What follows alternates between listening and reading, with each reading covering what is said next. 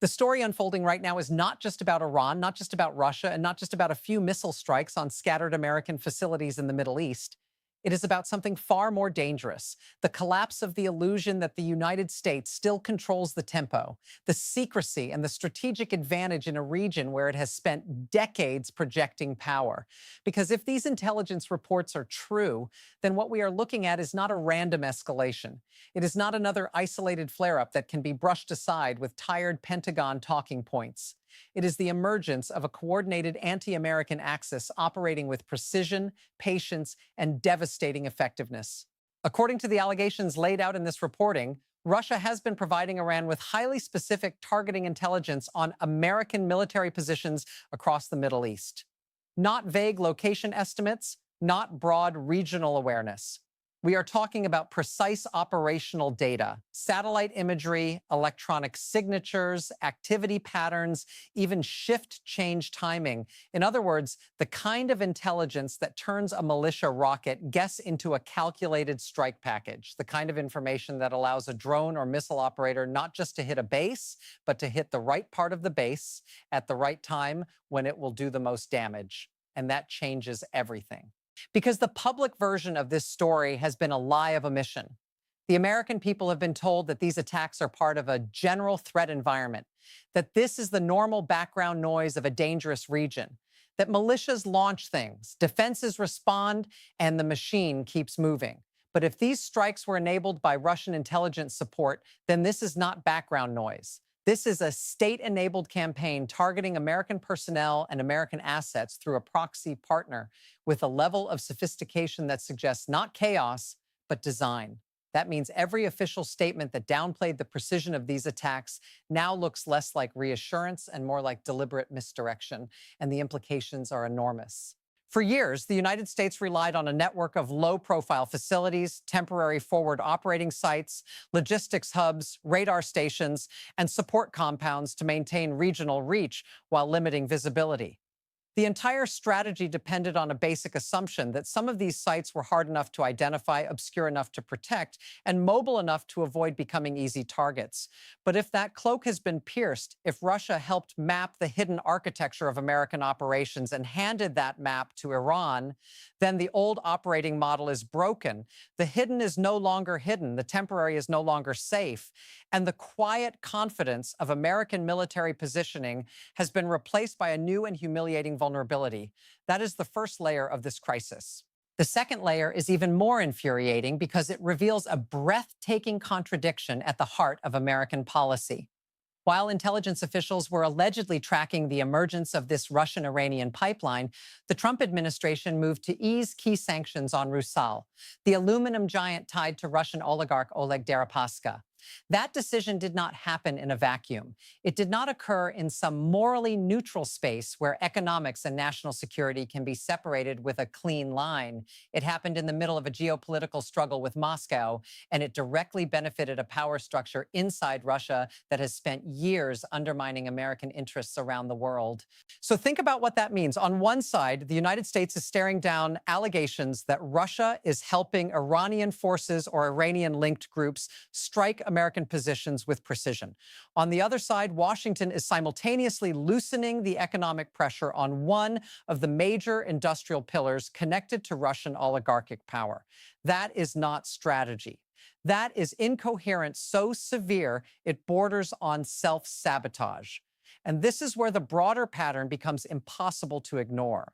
Because Russia is not just waging war with tanks, missiles, and propaganda. It is waging war through cost imposition, through strategic exhaustion, through forcing the United States and its allies to spend massive sums of money to counter cheap, deniable, asymmetrical attacks. That is the genius of the model, if you want to call it that. Iran or Iran-backed actors launch a relatively inexpensive drone or missile. The United States responds with interceptors that cost millions. The attack may fail tactically, but it succeeds strategically because it drains inventories, stresses personnel, wears down systems, and pushes the defense industrial base beyond sustainable tempo. That is not a side effect. That is the point. Every Patriot launched, every SM-6 expended, every emergency redeployment, every maintenance cycle accelerated under desert heat and combat conditions adds up to a larger strategic drain. The United States is being forced to spend premium resources to defeat bargain bin threats while its adversaries exploit the math. A drone that costs tens of thousands of dollars can trigger an interception chain worth millions. A swarm attack can burn through air defense stocks that took years to procure. A handful of strikes can force relocation, hardening, and emergency logistics operations whose price tag dwarfs the original assault. So when Pentagon officials warn that inventories are being stressed, that maintenance cycles are cracking, that readiness is being compromised, those are not bureaucratic complaints. That is the sound of a superpower bleeding money and capability in slow motion. And Russia, of course, benefits from that too. Because the same instability that drains American missile stocks also helps keep global energy markets elevated.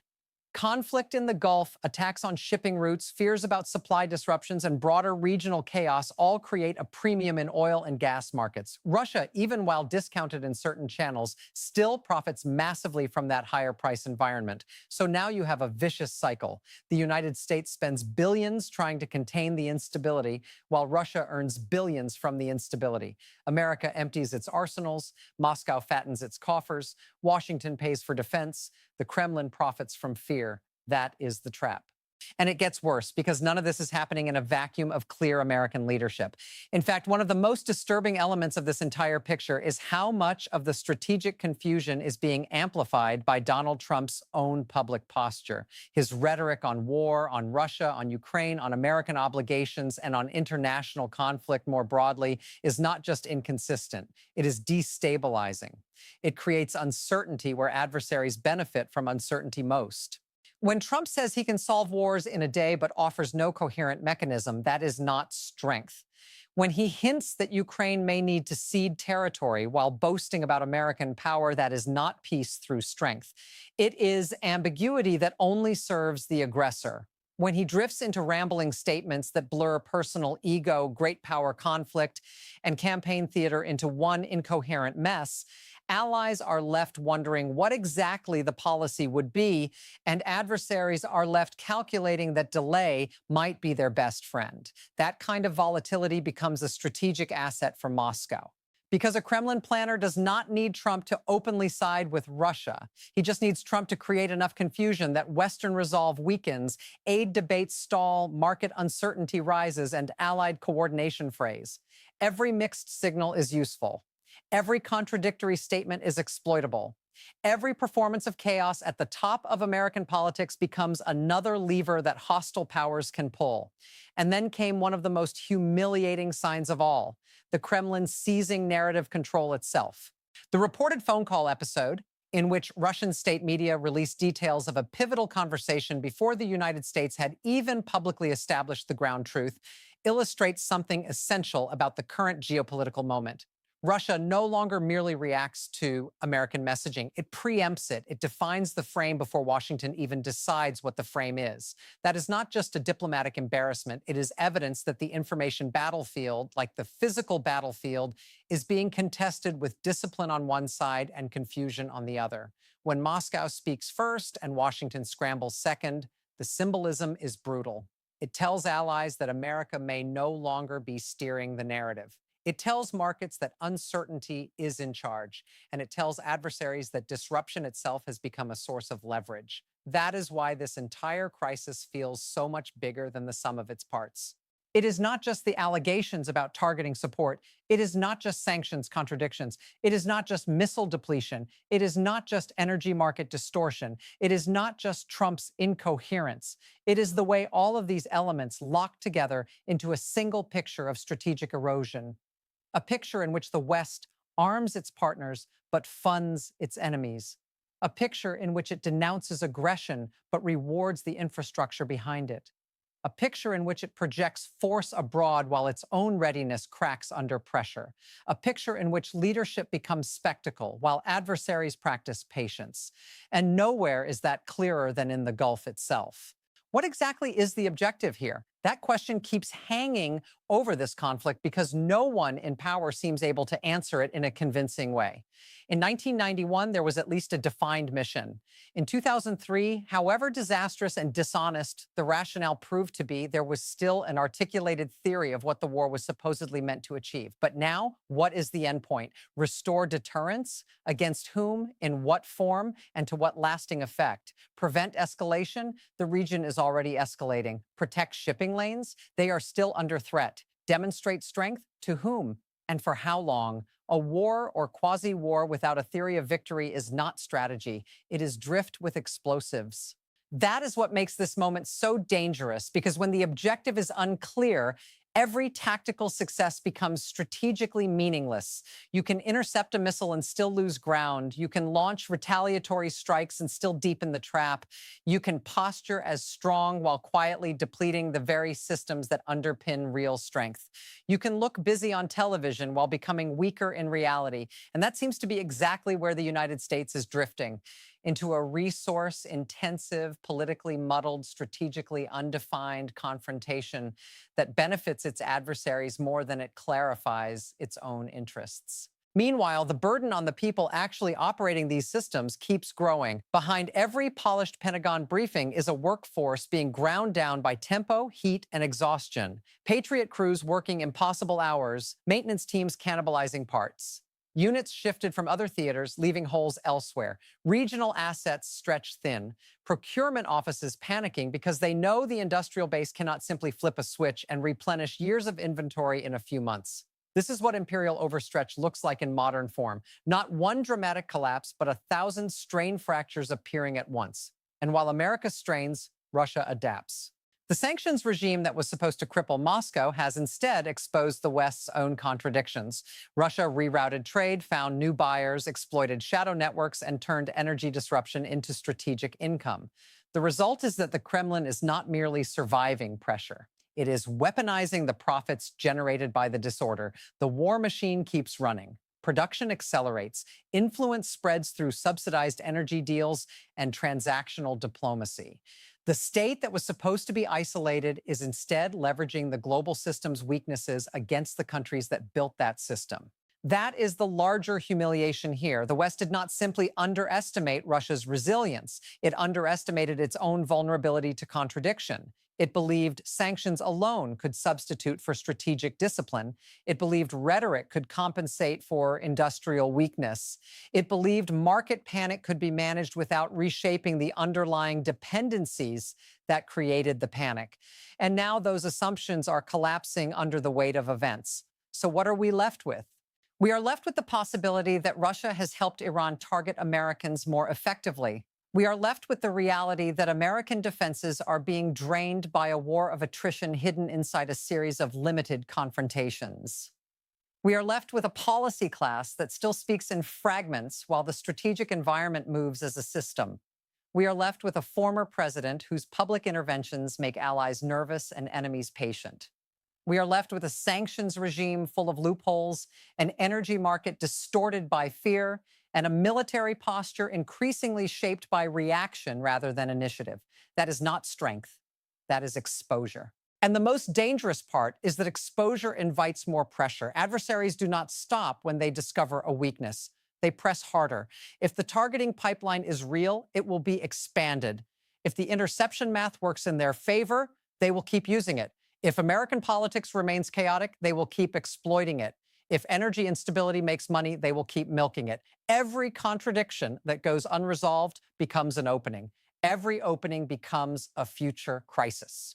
So the question is no longer whether the world is becoming more dangerous. It already is. The real question is whether the United States and its allies even understand the nature of the danger they are facing. Because this is not just about missiles in the desert. It is about information warfare, economic leverage, industrial capacity, political signaling, alliance discipline, and narrative control all colliding at once. That is the real battlefield now. And if the West continues responding to each piece in isolation, treating each strike, each leak, each market shock, and each political contradiction as a separate problem, then it will keep losing the larger game because the other side does not appear to be thinking in fragments. The other side is thinking in systems. It is linking military action to economic pressure, proxy warfare to energy markets, domestic confusion to international leverage. That is why this moment feels so disorienting, because the old American habit of assuming superiority in every domain at once is being challenged by a coalition of actors who have learned how to exploit interconnected weakness. That should terrify anyone paying attention, because empires do not always fall in one spectacular blow. Sometimes they decay through contradiction, through the widening gap between what they say and what they can enforce, through the slow erosion of deterrence, credibility, and material sustainability, through the normalization of strategic confusion until confusion itself becomes the system. And right now, that is exactly what this looks like. A superpower spending fortunes to intercept cheap threats. A global rival profiting from the instability it helps fuel. A rogue network or aligned axis turning secrecy into exposure. A political class unable to speak with coherence. A potential future president projecting volatility instead of reassurance.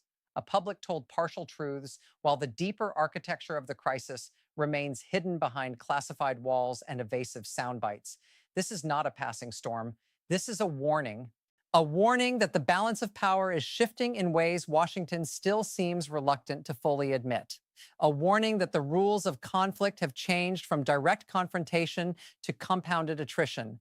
A warning that the enemies of the United States are no longer merely testing its weapons, but testing its endurance, its discipline, and its capacity to think strategically under pressure. And unless that reality is faced honestly, unless the contradictions are confronted instead of managed through spin, then this crisis will not remain confined to hidden bases and intercepted drones.